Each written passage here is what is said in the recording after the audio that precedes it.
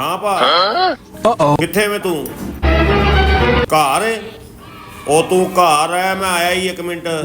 ਤੂੰ ਜਿਹੜਾ ਮੇਰੀ ਜਾਨ ਨੂੰ ਸਿਆਪਾ ਪਾਇਆ ਏ, ਆ ਰਿਹਾ ਮੈਂ ਅੱਜ। ਕਰਨਾ ਮੇਰੇ ਨਾਲ ਜਾ ਕੇ ਗੱਲ। ਮੇਰੇ ਨਾਲ ਕੀਤਾ ਕੀ ਸੂ? ਇਹੋ ਜੀ ਬੇਗਮ ਵੀ ਰੱਬ ਕਿਸੇ ਨੂੰ ਨਾ ਦਵੇ।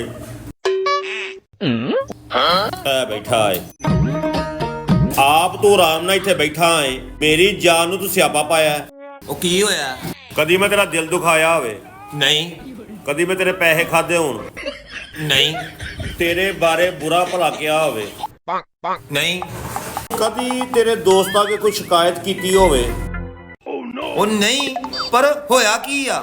ਹੋਇਆ ਕੀ ਆ? ਜਿਹੜਾ ਮੇਰਾ ਵਿਆਹ ਕਰਾ ਕੇ ਤੂੰ ਮੇਰੀ ਜਾਨ ਨੂੰ ਸਿਆਪਾ ਪਾਇਆ ਏ। ਉਹ ਕਿਸ ਤਰ੍ਹਾਂ? ਇਹ 4 ਦਿਨ ਮੈਂ ਬਿਮਾਰ ਰਿਹਾ ਵਾਂ, ਮੈਨੂੰ ਆਰਾਮ ਨਹੀਂ ਸੀ ਆਉਂਦਾ। ਐਡੀ ਸਿੱਧੀ ਬੇਗਮ ਲਿਆ ਕੇ ਦਿੱਤੀ ਆ ਮੈਨੂੰ। ਮੈਨੂੰ ਕਹਿੰਦੀ ਤੁਸੀਂ ਟੈਸਟ ਵੀ ਕਰਾ ਲਏ ਨੇ, ਰਿਪੋਰਟਾਂ ਵੀ ਕਰਾ ਲਈਆਂ ਨੇ, ਤੁਹਾਨੂੰ ਆਰਾਮ ਨਹੀਂ ਆ ਰਿਹਾ। ਆ ਮੇਰੇ ਕਹਿਣ ਤੇ ਤੁਸੀਂ ਇੱਕ ਵਾਰ ਆਪਣਾ ਪੋਸਟਮਾਰਟਮ ਕਰਾ ਕੇ ਵੇਖੋ।